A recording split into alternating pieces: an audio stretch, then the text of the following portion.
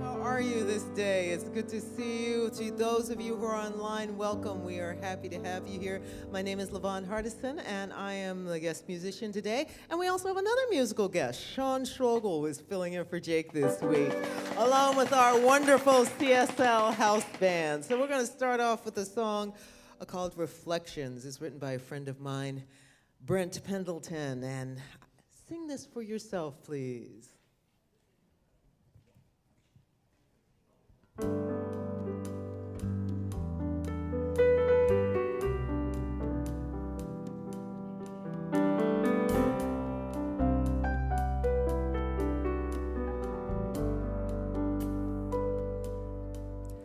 Reflections of one infinite mind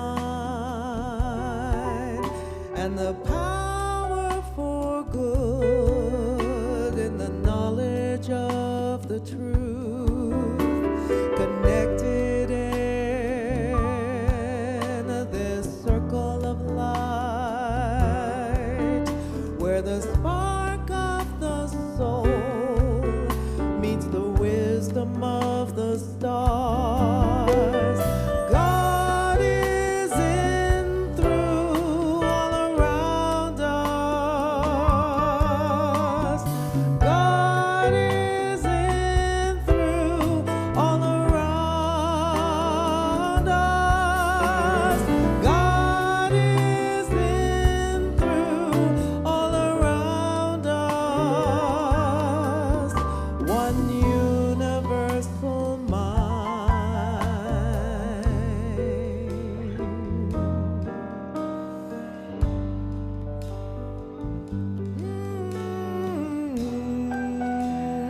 Oh, let's just take that in. The idea that God is in us, but it's around us. It lives through us, in, as, and around. For when it's written in Aramaic that Jesus said the kingdom of God is within us, that word was bigger than in. It also meant amongst. It meant everything. God is what's happening. So let's just rest in that. And let our memory, let our consciousness rest in that idea that we may truly begin to feel that support, that nourishment, that sustaining action.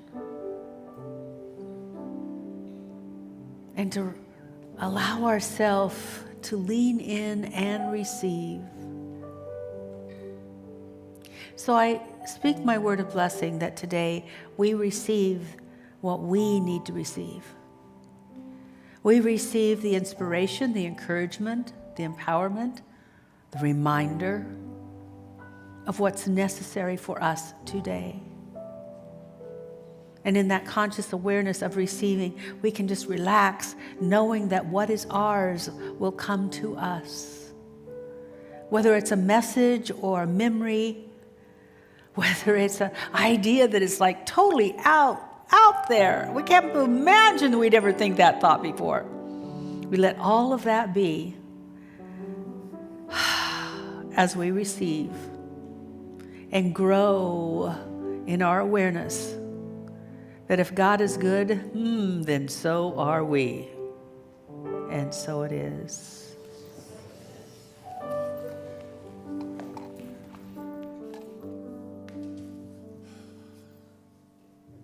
Good morning. I'm Reverend Don. My pronouns are he and him. I'm one of your staff ministers here. And it's really my honor and privilege to get to welcome you into our community this morning, online, here in the room, coming together on a beautiful fall day, raining, gray, and a little chilly, which a boy from the south goes again. Why did I move here? Anyway, I'm here because of the community, this community. Found it when I got here, have been here ever since, and things that I've experienced have come out of these teachings in my thriving business, my thriving life, and relationships. So you are in the right place if you're interested in any of those ideas, like thriving business, thriving relationships, thriving life. You have found the right place, and I'm glad you're here. Now, part of being in this place is being in community. And how do we do community? Well, we got to let each other know who we are and how to connect. We make it easy online and in the room to just become connected to the community with a card that's in your seat back or a link online, or that you can fill out and just give us a little bit of information that says, please send me the email that tells me all the things that are going on, because we can't tell you in one service. So I encourage you to sign up, become connected so that you can get that information and then actually check out some of it. First thing I did was volunteer. Got me to know people, got me in the community. Volunteering is a way to engage that lets introverts be a little less introverted and extroverts tone it down a little bit, so we meet in a lovely middle of community and support. We are a center that we teach practical spiritual principles. That's why I'm here. We have opportunities to apply them into our lives. I invite you to check. If you want more about it, ask me. I'm here all morning. And also, just check us out. Come try it. If you're online watching us for years and you're close enough, come visit sometime. We've got cookies and coffee. It's free. Come on down. Anyway, we're here for a community. We're here to celebrate, and we're here to be inspired. And with that, I ask LaVon back up on stage. You had me at cookies.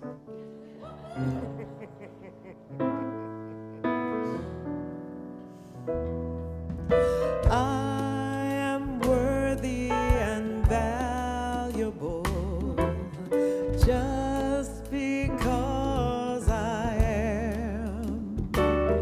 No need to strive or prove anything. I'm part of a greater plan. I'm living on purpose, so full of life, embracing each journey, each joy and strife. I wake up in the morning with a song in my soul.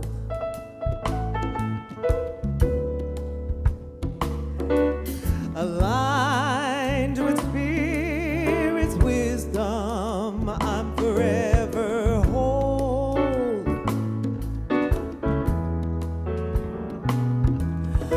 Love is my compass, lighting my way. With every breath I grow in grace each day. I'm living a life of meaning and grace.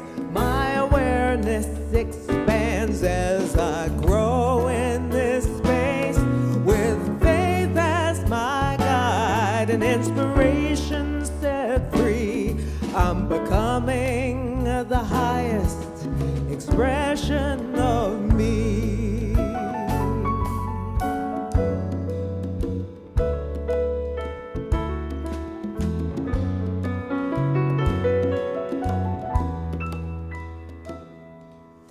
Through ups and downs and standing still I rise, rooted in the rhythm of the earth and the sky. No matter my path, my worth shines bright, and I trust divine purpose in His perfect light.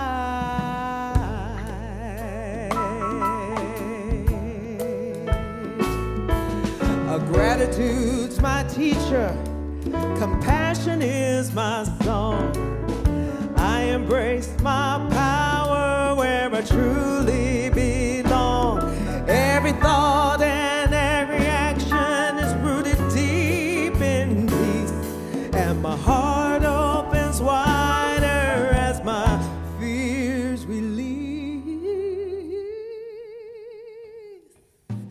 I'm living a life of meaning and grace. My awareness expands as I grow in this space. With faith as my guide and inspiration set free, I'm becoming the highest expression of me.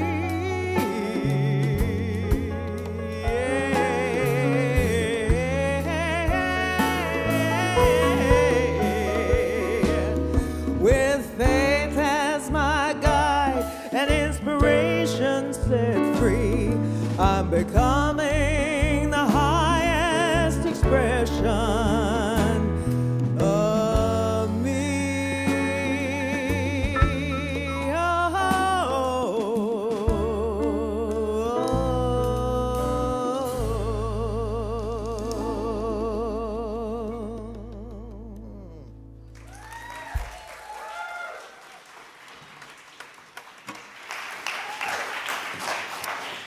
All right, that is the theme for today, that we are willingly becoming the highest expression of ourselves. Who's in for it? Oh, whoa, look at you. Wow. I think you're my new favorite service. Yes, great.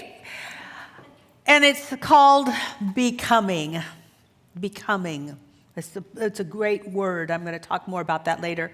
If I don't go back to becoming, would somebody wave their hand at me and, like, hey, we're going to talk about okay? Somebody's assigned that job? Okay, great. All of you? Good.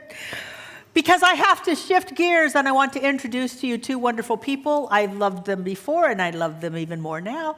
And I'm hoping that you get on the love bandwagon for the Hope team, which is Jamie and Adrian. I love the last name Hope. I love it. Hope is one of my favorite words, and they're hope. So please, Adrian and Jamie.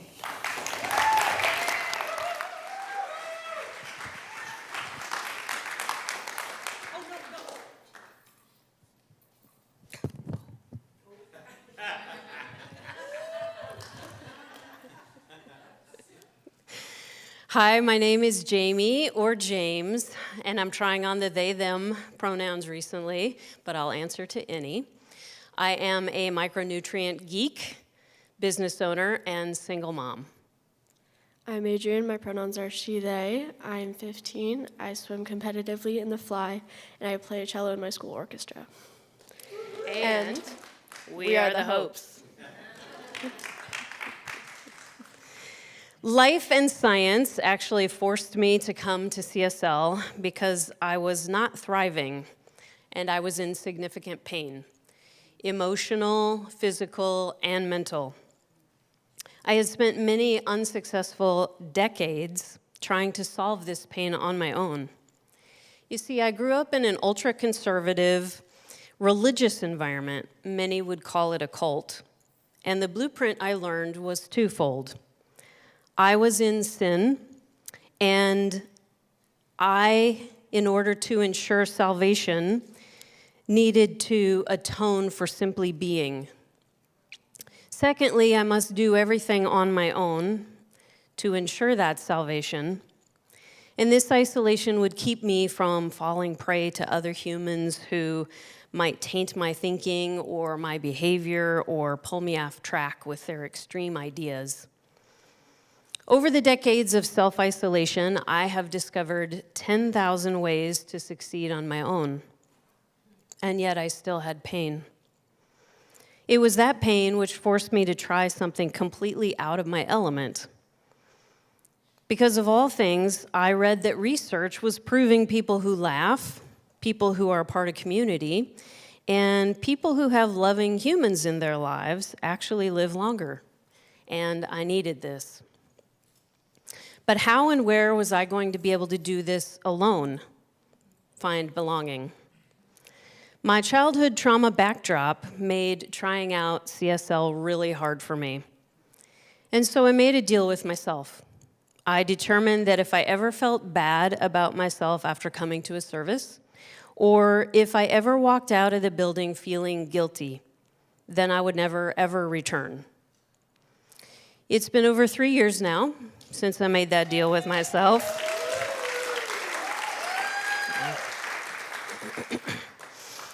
And I'm taken many classes, gone to CBEC, enjoyed the Better Business Break, and continue to attend services regularly. I have been learning how to think differently, believe in myself, rewrite my future, and love myself the way Spirit always intended.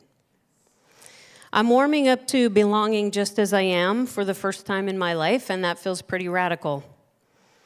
I want to break my family's generational trauma history so that I can pass down to Adrienne a new and different blueprint, one of freedom, love, and connection, one that she can heal through and pass down to future generations. Not gonna lie, it's been scary, but it's been amazing too. I believe it takes a village to raise a child, and together, Adrienne and I need CSL's support, community, and love. And here we thrive. If you've been here for 4 years or more, can you wave at me? And I just want to say thank you so much for coming before us and being chosen family that we can be in community with. We're very grateful.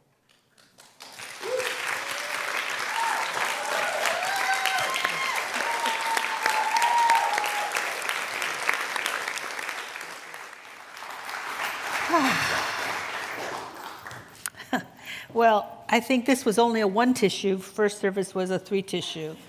So I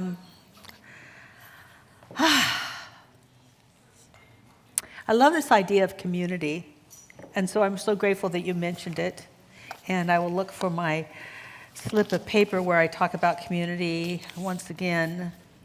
This comes from Thich Nhat Hanh, who is he is now on some plane of existence, so he still exists, but not on earth in form. But he was a very famous writer and Buddhist monk. And he said, the next Buddha will not take the form of a person. By the way, in Buddhist tradition, the Buddha kept reincarnating. And the latest one was here 2,500 years ago. The next Buddha will rather take the shape of a community, a community that practices understanding and loving kindness, a community that practices the way of conscious living. This may be the most important thing for the earth's survival. And I don't take that lightly. In Christian mysticism, they look at the second coming a little differently than more orthodox Christian beliefs, where Jesus will come back to earth. Well, I don't know, after treated him the first time, I'm not sure I'd want to come back, but anyway. And I'm not sure people are any different either. So in Christian mysticism, that's a different idea. And that is that Jesus woke up to the Christ. The second coming in Christian mysticism is that many people will wake up to the Christ. That a community, a group will wake up to the light that is within them. And that they have been anointed, I love that, been chosen to represent the divine on earth. Isn't that beautiful? Yes. So much more inclusive. No more waiting for somebody to show up to make it okay. We are okay. Wow. So the theme for these few weeks leading up into the 1st of November when I when I go to Egypt is it's natural to thrive, because a community thrives. And I've been using the metaphor of trees. And last week I talked about my love of trees and why I liked trees. Some of them personal. My husband loves trees. I come from a Native American tradition of Choctaw Cherokee. And the reverence that they had for trees. I didn't speak of that last week, but it's true. One of the things that we can do is talk to them, and they talk back. And if you don't think that they talk back, go talk to a tree and see. I do this on many of my retreats. I send people off to go talk to trees. You got an issue, go talk to a tree, and they won't stop talking. And honestly, I have this vision of them being kind of like extroverts with no one to talk to. So somebody goes by and it starts, I got so much to say. Sit down. Take a seat. Although I am having to rethink that now that I know more about how trees operate, which leads me to the next thing, is that I'm noticing how they function. And part of the function of them is that they grow into the magnificence that they were created to grow into. Meister Eckhart, a mystic from the 1300s, wrote that the seed of a pear grows into a pear tree, but the seed of God grows into God. And what I realized is he had it right, but not quite. My new inspiration as I sat with this on Friday is that a pear tree grows into God too. Everything is a reflection of the divine. Creation is the invisible made visible. It's been said that creation is the very face of God. You want to know what God's like? Then look at a forest. Look at the ecosystem and everything, how balanced it is until we become involved. That's a thought. And so every seed is the hope of creation finding a new way to express itself. Unique, perfect, beautiful, wonderful, and sometimes wild and crazy, and sometimes weird. How many of you have ever considered yourself weird? Praise God. Why would you be like other people? And think about how many of you went through a decade or two of trying to be like others? Aren't you glad we grew out of it? Some of you didn't raise your hand about growing out of it, I noticed, but anyway. I'm not going to point you out, but I did see that. God's glory is showing up as creation. That the tree understands that to glorify God, it is to be the best tree it can be. It is to reach for the sun. It is to absorb the carbon dioxide that we can't enjoy very long. And it is to dig deep, and it is to take the nourishment that the earth gives it And I'm going to talk more about that, but it's just, I mean, the whole thing is just amazing, which leads me to the next thing. They communicate. Did you know trees communicate? Not just with us. I mean, they're not just talking extroverts. Through their web, I mean, they've actually got a term for this. This is so cool. It's called the Wood Wide Web. Botanists call it the Wood Wide Web. Botanists. Trees communicate through their root systems, offering profound message of unity, cooperation, and unseen intelligence that sustains life. They not only share information, they share nutrients. They let other trees know that we're running out of water. Just don't absorb too much. They monitor. The older trees monitor the forest and send messages so that they can continue to thrive. They give nurture not only messages, but nurturing substances to the new trees or the trees that are in the shade. What a community. That's what I want us to be. That's what I want us to be. I mean, I read this and I cry because, wow, what a symbol of what could work in the world.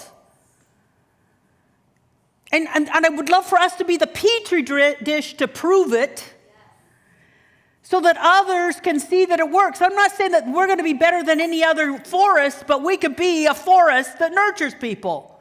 That people come in and they can walk around. And, you know, in Japan, they call it forest bathing, by the way. They can come in and just walk around and forest bathe for as long as they want. And then they can just put their little roots down and have a place to grow.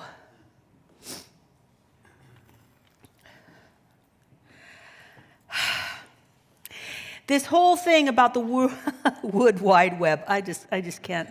I mean, it's just too good. It really does. It symbolizes how one life is supporting all life. And what a beautiful, intricate pattern that is. And it is true. I've read those same things. I'm glad that you would, being a scientist, you would get that, because what I've read is the people that live the longest do laugh and they have a community. It's not like they have a friend. It's good to have a friend.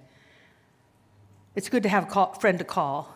Community somehow cares for the soul in such a way that it sticks around longer. Whether you are talking about things or whether it's substantial or not. And what I mean is it could just be a group of people, like on a Friday. I don't see the people that do this. Are the people that are here the second Friday of the month, any of you here? Second Friday folks, they just come to play games and do art. Wow. Just being together makes such a difference. The forest, aka community, is a mutual support system of divine circulation. Because those trees who have give to those trees that don't at the moment. And not only do they support the foliage, but because the foliage is healthy, the animals that live in the forest can be healthy. We can be healthy. We breathe because they're healthy. To think that we don't need forests is like Nutsville. It's not as, so can I just use an old-fashioned word, just plug your ears? Do you know that in the Bible, when Jesus used the word sin, it just meant a mistake? It just meant a mistake. It is a sin to think we can let our forests go, because it's a mistake to think we can let our forests go.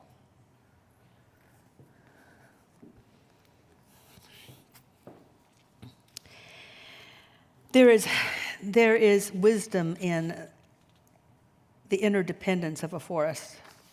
Because what a forest does is, I wrote this down, I thought it was so great. In the forest, there's cooperation, not competition.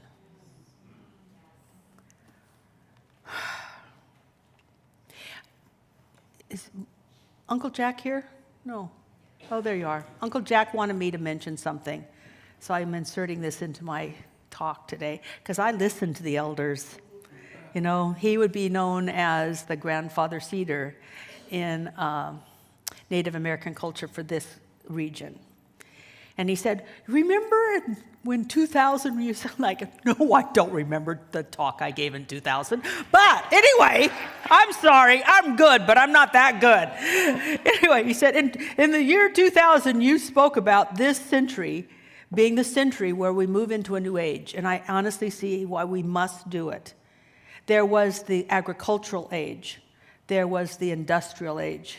We are now in the information age. Have you noticed it's all about the information age? And then it was prophesied by philosophers and spiritual people that if we don't go into the consciousness age, if we don't grow up in consciousness, in seeing our connection to all life, if we don't become what we are meant to be, that information will not help us. We could have we have had information and it has not helped humanity sometimes. We must grow. And all growing is becoming.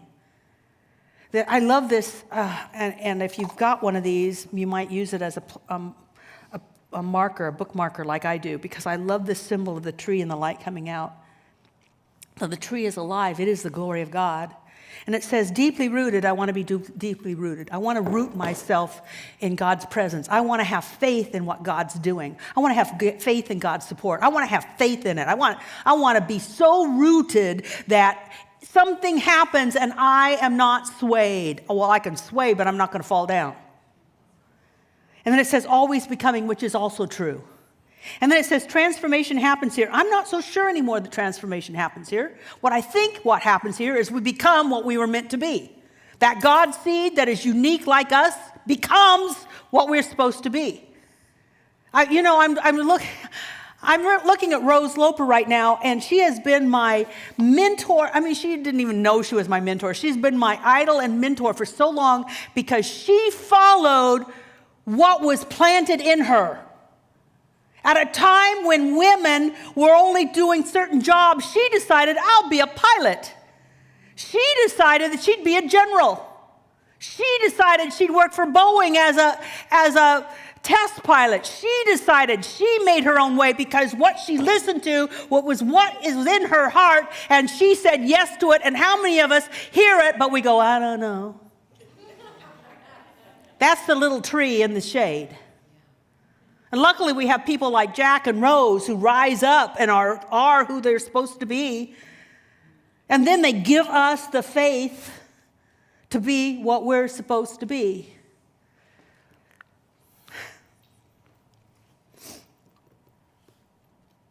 We grow deep and then we become. Because God will not forsake us. Yes, last week almost said last year, because it seems like it's been a big week. Seems like a year ago.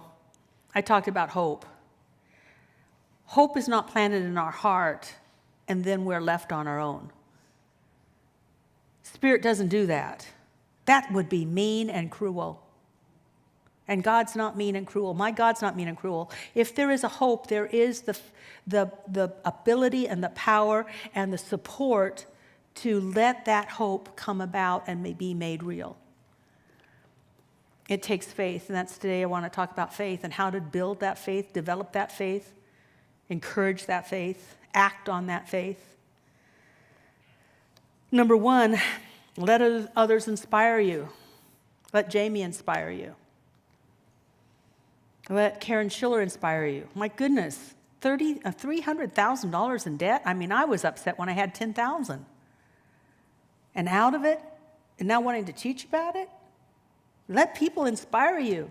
Kenny and Richard's talking about they didn't have the money or the anything to buy a house, and now they got a house. Let that inspire you. When I love it. My sweet friend Frank Selden, who now lives in Bellingham, came all the way here to share that he was so sick he could sometimes not walk or get out of bed, and then he walked the Camino. Why? Using these principles. Let that inspire you. And you know what that's like? That's like you being a tree and letting the roots of the other trees that have overcome and become move into your system to inspire you.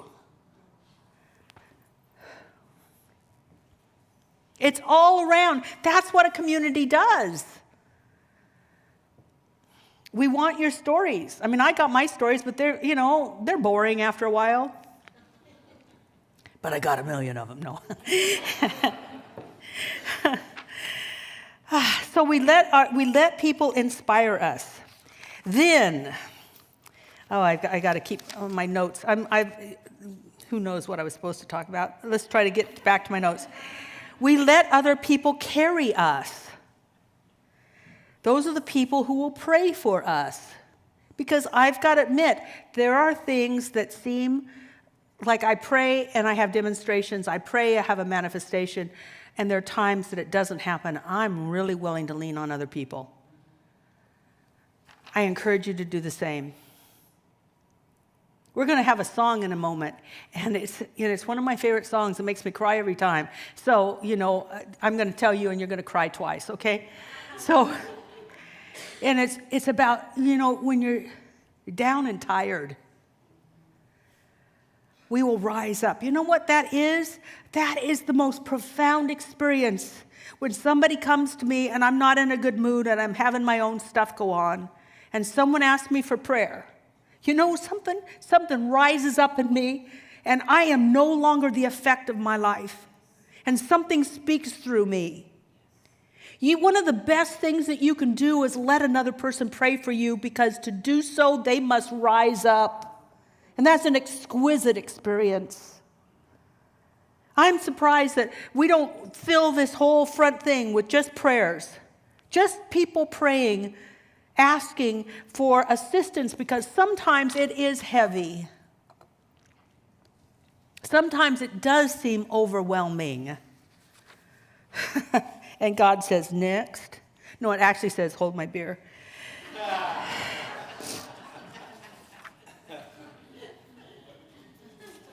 Let people carry you. And the last thing is really develop your faith. Let it grow deep and rooted, and be a disciple of this teaching, not a dabbler. I said that on Tuesday because I think sometimes when we're looking on Tuesdays, we're looking at mastering our money, and a lot of people want to dabble. Can I just have an affirmation? I just want that. What affirmation? What thing would I do? And there's a lot of people on social media wanting to give you a thing. And yes, you might see a result, but I don't want one. One result is not the same as you becoming who you're supposed to be, because when you become who you're supposed to be, it's the universe's job to support you in that. Yes. It is the universe's job. Just as it's the universe's job to support a forest.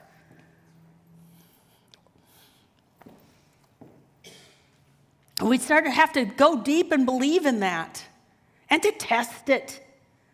Test it. I asked somebody if they'd pledged. Their life has been changed. They talked about how they understand that they transitioned, and when they didn't transition, they just became who they were supposed to be, and they discovered that by being in here and by being in this community.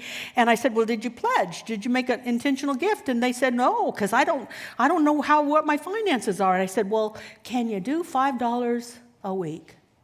Yes. Test it. Try that faith out. I'm trying to start a new plant because I think, don't tell anybody, I think Tim killed it. And so I'm trying to restart it.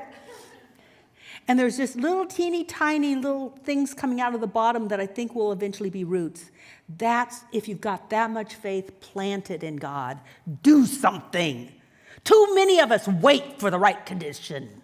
Well, you'll be waiting a long time, brothers and sisters. Wow, who is this?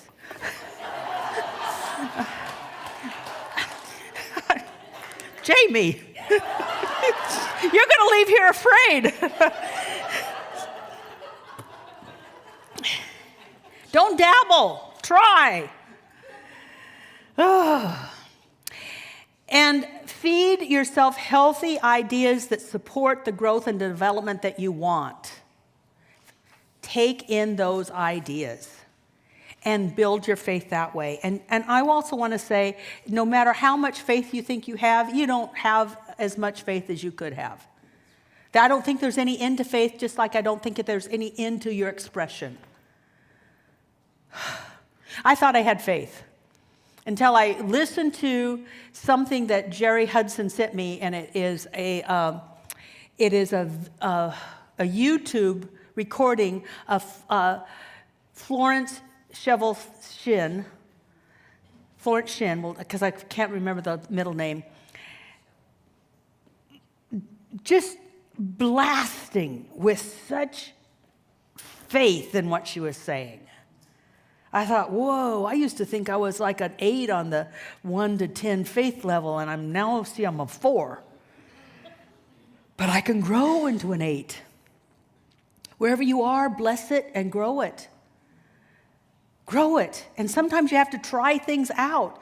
And don't wait till you're ready. How many of you wait till you're ready? Stop it. Really? You wait till you're ready and you'll always be waiting. Because what God says is you move first.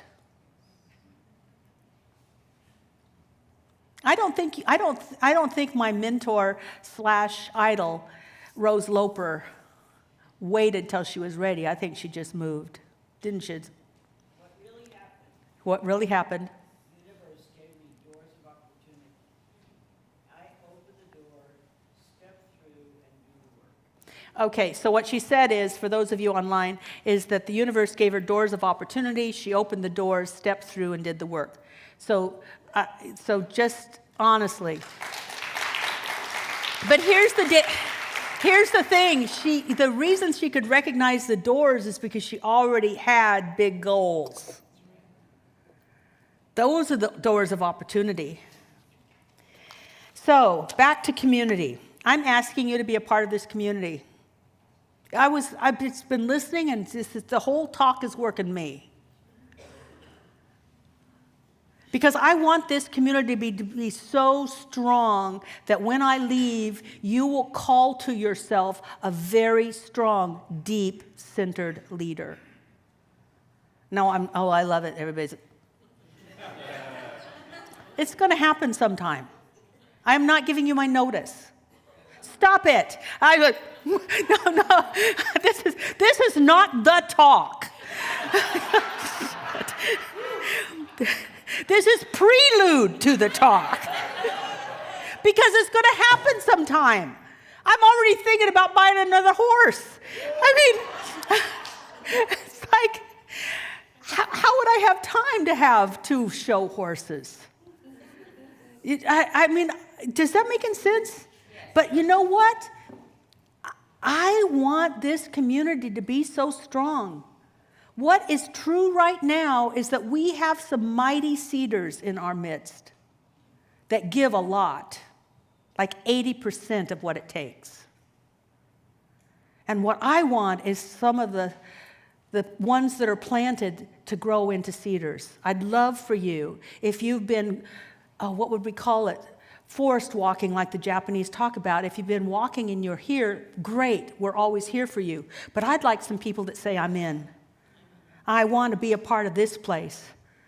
I want to help make this place strong. I want to feed others like I've been fed. I want to play it forward so that this is an everlasting forest.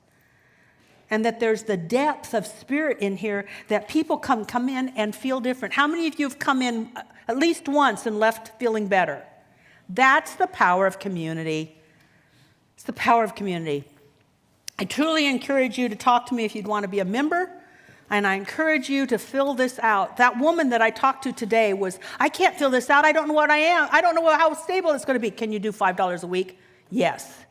You see, she put her roots into the ground. She's saying, I'm in this much, and that will grow her more.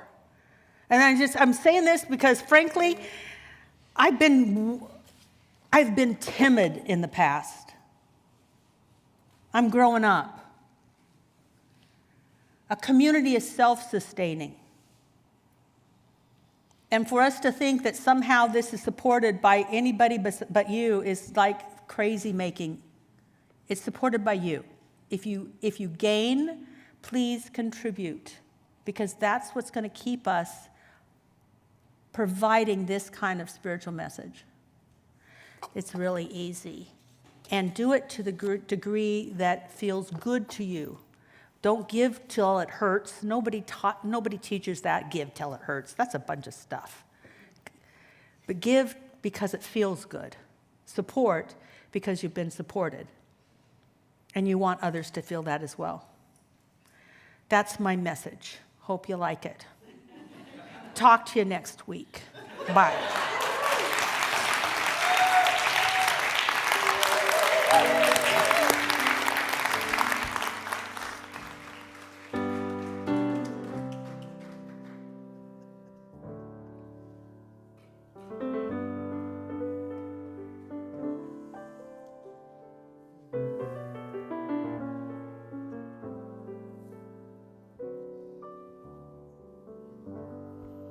You're broken down and tired of living life on a merry-go-round, and you can't find that fighter, but I see you.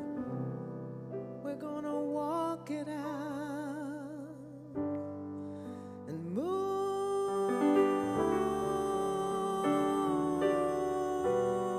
mountains. We're gonna move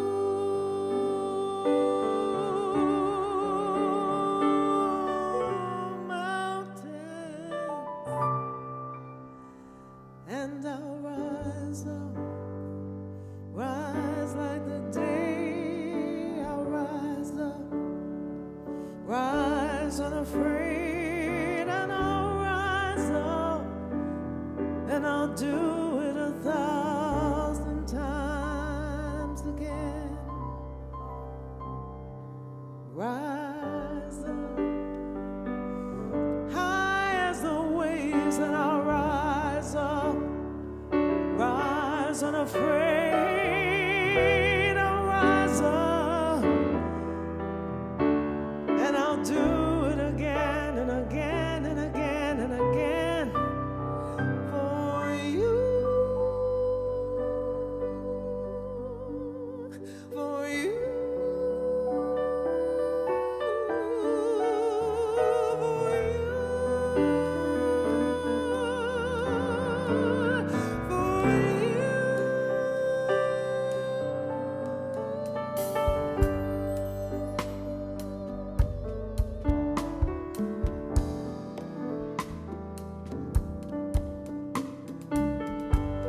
When the silence isn't quiet and it feels like it's getting hard to breathe, and I know you feel like dying, but I promise you will take this world and put it on its feet and move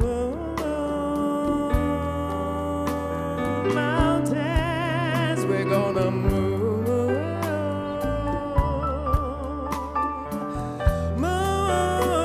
mountains, and I'll rise up, rise like the day. I'll rise up, rise unafraid. I'll rise up, and I'll do it 1,000 times, 1,000 times again. I'll rise.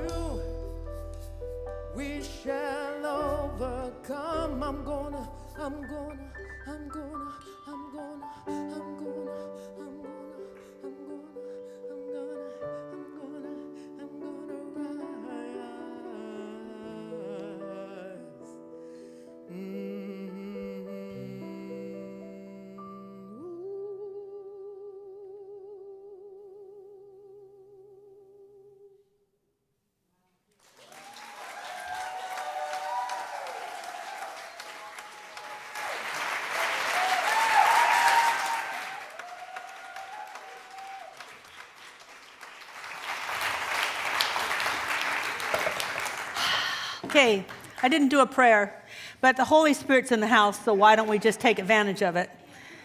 Because I feel it. Can you feel it? I can feel it, and I'm not a feeler. So, how many of you feel broken down and tired? Like you've been living on a merry-go-round. And you can't find the fighter in you anymore.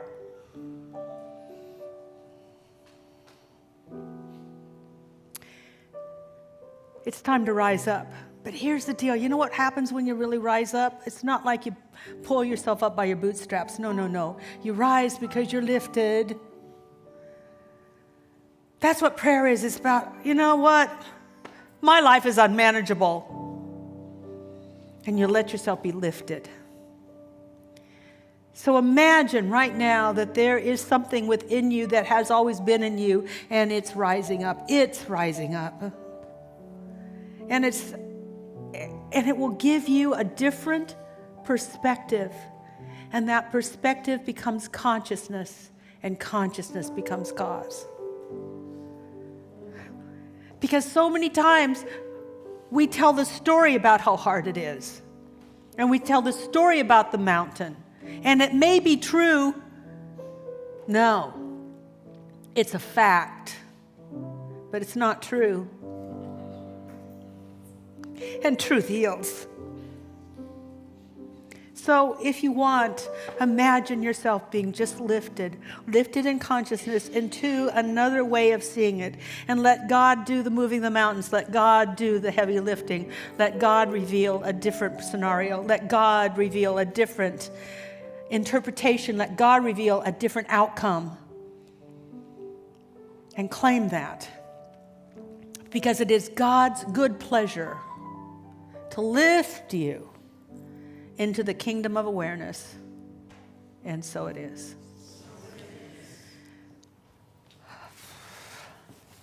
I can only take this song about quarterly. I gotta tell Jake we can't sing this to him often. Just, gee whiz. All righty. I have a few announcements for you, but before that, who has the basket? And it's Richard. We're all praying for Richard that he would find his inner glimmer.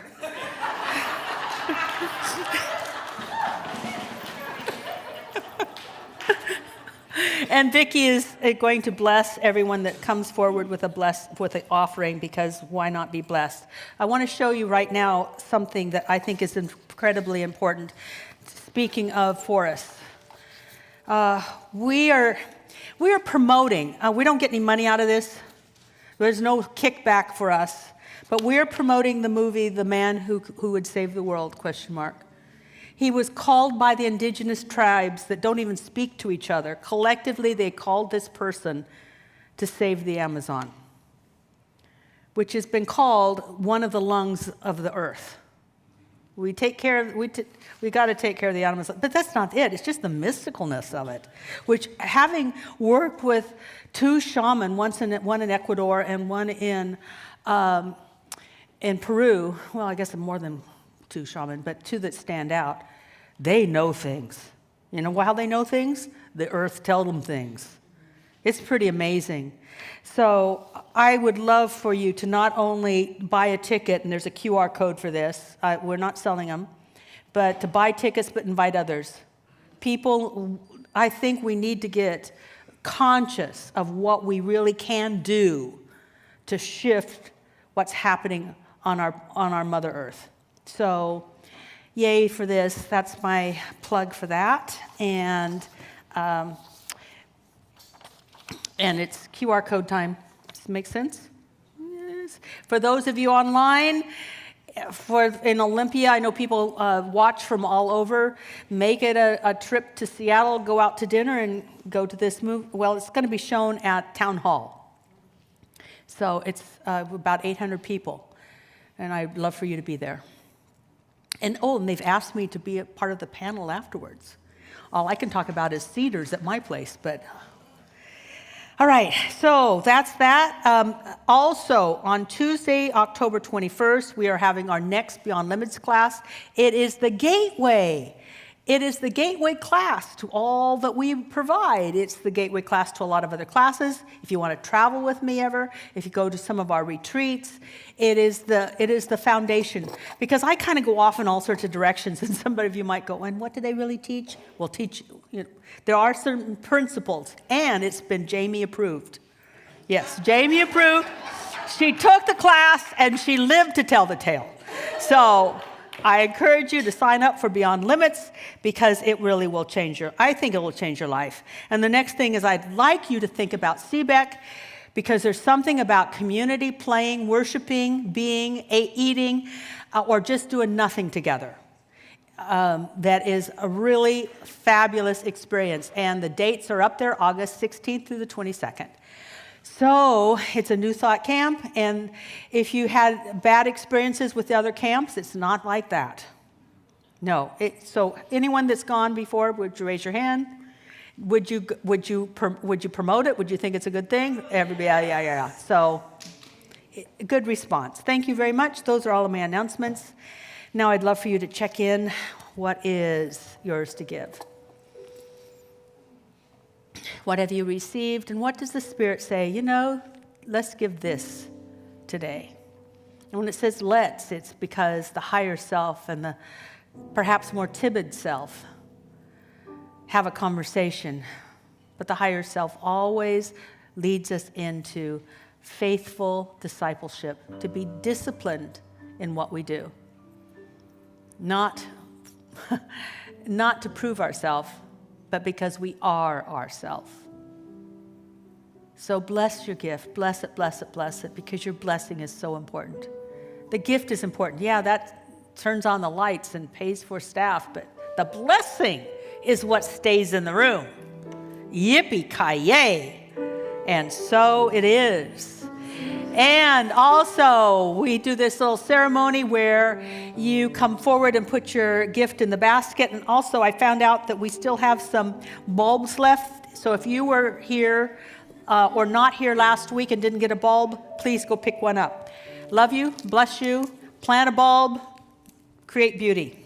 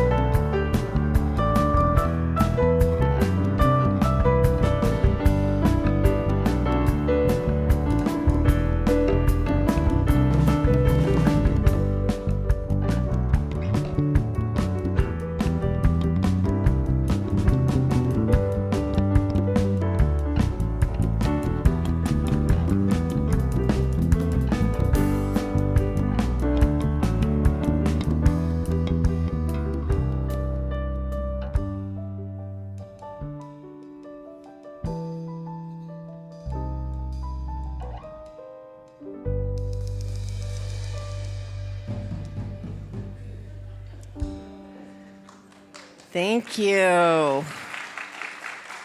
You all are amazing. And LaVon, that song, I'm with Kathianne. My name is Anna Maria Macaroni. I'm a practitioner here at CSL Seattle. And let's just take a deep breath together. As the trees do in the forest, we do here, right now. Breathing together. I'm so grateful to be part of this vast and thriving forest at CSL Seattle. Grateful and thankful to have put my roots in here. Grateful and thankful for each and every cedar, each and every spruce, each and every pine, and each and every seedling that's here, ready to thrive. No matter what the experience is, God is, love is, hope is. Faith is. We are that. We are all of that. We are made in the image and likeness of the great cedar. Therefore, we have everything we need in this community and beyond. So I know that there is no mistake that each and every one of us ended up here today, whether we're online or right here in the sanctuary. God is. We are all great cedars. And so it is. All right, you beautiful cedars, stand on up and let's close this thing with joy. Let's go. You remember this song?